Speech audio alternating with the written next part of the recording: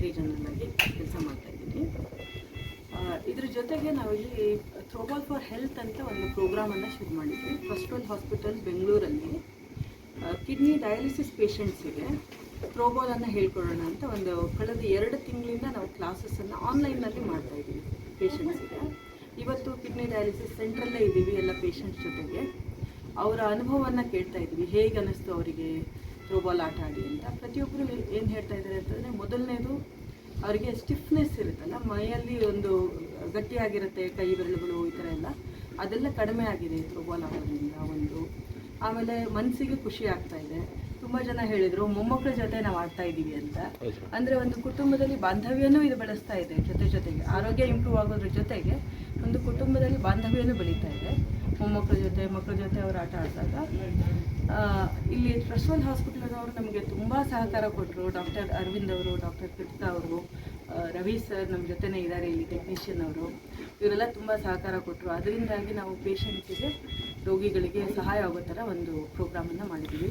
ಇನ್ನು ಮುಂದೂ ಮಾಡಬೇಕು ಅಂತ ಒಂದು ಆಸೆ ಇದೆ. ಮೇಡಮ್, ಬೇರೆ ಹಾಸ್ಪಿಟ್ಲಲ್ಲಿ ಕೂಡ ಈ ಥರ ಕ್ಯಾಂಪ್ ಮಾಡ್ತೀರಾ? ಖಂಡಿತವಾಗಿ ಹಾಸ್ಪಿಟಲ್ ಅವರು ನಮ್ಗೆ ಸಹಕಾರ ಕೊಟ್ಟರೆ ಖಂಡಿತವಾಗಿ ಕ್ಯಾಂಪ್ ಮಾಡಬೇಕು ಅನ್ನೋದು ನಮ್ಮ ಆಶಯ. ಪ್ರತಿಯೊಬ್ಬರಿಗೂ ಇದು ಸಹಾಯ ಆಗಬೇಕು. ಥ್ರೋಬಾಲ್ ಆಡೋದ್ರಿಂದ ಅವರಿಗೆ ಆರೋಗ್ಯ ಇಂಪ್ರೂವ್ ಆಗಬೇಕು. ಮೇಡಮ್, ಇವಾಗ ನೀವು 2 ತಿಂಗಳಿಂದ ನೀವು ಟ್ರೈ ಮಾಡಿದ್ದೀರಾ, ಆನ್ಲೈನಲ್ಲಿ ಕೂಡ ಕ್ಲಾಸಸ್ ನೀವು ತೊಗೊಂಡಿದ್ದೀರಾ. ಆವಾಗ ಇವರು ರೆಸ್ಪಾನ್ಸ್ ಹೇಗಿತ್ತು ಮೇಡಮ್, ಪೇಷಂಟ್ಸ್ ರೆಸ್ಪಾನ್ಸ್? ಪೇಷಂಟ್ಸು ಆನ್ಲೈನಲ್ಲಿ ಬರ್ತಾಯಿದ್ರು, ಆನ್ಲೈನಲ್ಲಿ ಬಂದು ಟ್ರೈನಿಂಗ್ ತೊಗೊಂಡಿದ್ದಾರೆ. ಎರಡನೇದಾಗಿ ಬಾಡಿ ಕಂಪೋಸಿಷನನ್ನು ನಾವು ಅಳತೆ ಮಾಡ್ತೀವಿ. ಹಿಂದೆ ಆಗಿದ್ದು ಏನು ಮತ್ತು ಈಗ 2 ತಿಂಗಳ ನಂತರ ಹೇಗಿದೆ ಬಾಡಿ ಕಂಪೋಸಿಷನ್ ಅಂತ. ಬರೀ ಬಾಯಿನಲ್ಲಿ ನಾವು ಹೇಳಿದರೆ ಸ್ಟೆಮಿನಾ ಬಂತು ಅಂತ ಹೇಳಿದರೆ ಅದನ್ನು ನಾವು ಅಳತೆ ಮಾಡೋಕ್ಕಾಗಲ್ಲ.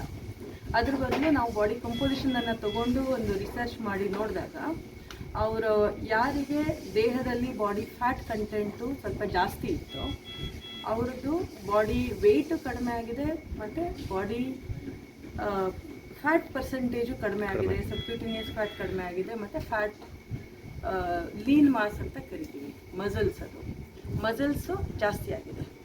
ಅದೇ ಥರ ಯಾರಿಗೆ ಬಾಡಿ ಫ್ಯಾಟ್ ಕಡಿಮೆ ಇದೆಯೋ, ತುಂಬ ಕಡಿಮೆ ಇದ್ರೂ ಒಳ್ಳೆಯದಲ್ಲ, ತುಂಬ ಬಾಡಿ ಫ್ಯಾಟ್ ಕಡಿಮೆ ಇದ್ರೂ ಒಳ್ಳೆಯದಲ್ಲ. ಅವ್ರಿಗೆ ಅವಾಗ ಸ್ಟೆಮಿನಾ ಇರಲ್ಲ, ಕೆಲಸ ಮಾಡೋಕ್ಕಾಗಲ್ಲ, ವೀಕ್ನೆಸ್ ಇರುತ್ತೆ. ಆ ಥರದವರಿಗೆ ಸ್ಟೆಮಿನಾ ಜಾಸ್ತಿ ಬಂದಿದೆ, ಅದನ್ನು ನಾವು ಬಾಡಿ ಫ್ಯಾಟನ್ನು ಜಾಸ್ತಿ ಆಗಿರೋದನ್ನು ಅವರ ದೇಹದಲ್ಲಿ ನೋಡ್ಬೋದು. ಇದೆಲ್ಲ ನಾವು ಸೈಂಟಿಫಿಕ್ ಆಗಿಯೇ ರಿಸರ್ಚ್ ಮಾಡಿ ಇದನ್ನು ಮೆಷರ್ ಮಾಡಿ ಡಾಕ್ಯುಮೆಂಟ್ ಮಾಡ್ತಾ ಇದ್ದೀವಿ. ಮೇಡಮ್, ಡಯಾಲಿಸಿಸ್ ಪೇಷಂಟ್ಗಳಿಗೆ ಬಿಟ್ಟು ಬೇರೆ ಪೇಷಂಟ್ಗಳಿಗೆ ಏನಾದರೂ ಈ ಥರ ಥ್ರೋಬಾಲ್ದು ಎಕ್ಸಸೈಸ್ ಮಾಡೋ ಚಾನ್ಸಸ್ ಇದೆಯಾ? ಖಂಡಿತ ಇದೆ.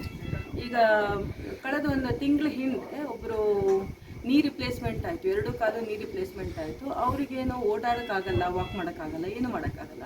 ಕೂತಲ್ಲೇ ಅವರಿಗೆ ಥ್ರೋಬಾಲ್ ಆಡೋದು ಹೇಗೆ ಅಂತ ಹೇಳ್ಕೊಟ್ವಿ. ಒಂದು 12 ದಿನದಲ್ಲೇ ಆಟ ಶುರು ಮಾಡಿ 12 ದಿನದಲ್ಲಿ ಅವರು ನಾರ್ಮಲ್ ಆಗಿ ಒಂದು ಇಂಡಿಪೆಂಡೆಂಟಾಗಿ ವಾಕ್ ಮಾಡೋದಕ್ಕೆ ಶುರು ಮಾಡಿದರು. ಈಗ 1 ತಿಂಗಳಾಯಿತು ನಿನ್ನೆ ಈಗ ನಾರ್ಮಲ್ ಆಗಿ ಓಡಾಡ್ತಾ ಇದ್ದಾರೆ, ಎಲ್ಲ ಬೇಗ ರಿಕವರಿ ಆಗಿದೆ ಅವರಿಗೆ.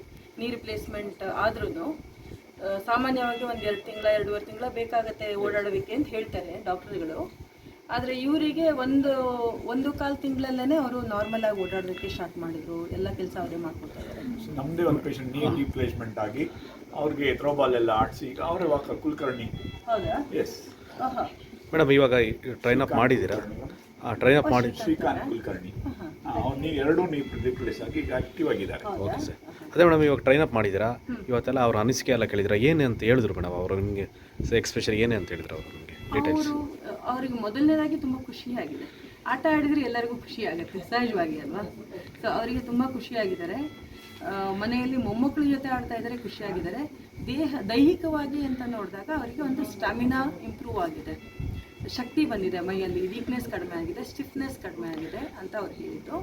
ಆಮೇಲೆ ರಾತ್ರಿ ನಿದ್ದೆ ಬರ್ತಾ ಇದೆ ಅಂತ ಹೇಳಿದರು. ತುಂಬ ಜನ ಈ ಮಾತನ್ನು ಹೇಳಿದ್ದಾರೆ ನಿಮ್ಮ ಹತ್ರ, ರಾತ್ರಿ ನಿದ್ದೆ ಬರ್ತಾ ಇದೆ ಅಂತ ಹೇಳಿದ್ದಾರೆ. ಅದೇ ಒಂದು ದೊಡ್ಡ ಕೆಲಸ ಆ್ಯಕ್ಚುಲಿ. ನಿದ್ದೆ ಆಗಿಲ್ಲ ಅಂತಂದರೆ ರೋಗಗಳು ಜಾಸ್ತಿ ಆಗುತ್ತೆ. ನಿದ್ದೆ ಚೆನ್ನಾಗಿ ಆಗಿಬಿಟ್ರೆ ಎಲ್ಲ ನಾರ್ಮಲಿ ಬರ್ತಾ ಹೋಗುತ್ತೆ. ಖುಷಿ ಆಯಿತು. ನಾನು ಸಂಪೂರ್ಣ ಹೆಗ್ಡೆ, ಅಂತಾರಾಷ್ಟ್ರೀಯ ಥ್ರೋಬಾಲ್ ಫೆಡರೇಷನ್ನಿಂದ ಅಸಿಸ್ಟೆಂಟ್ ಸೆಕ್ರೆಟರಿ ಜನರಲ್. ಓಕೆ.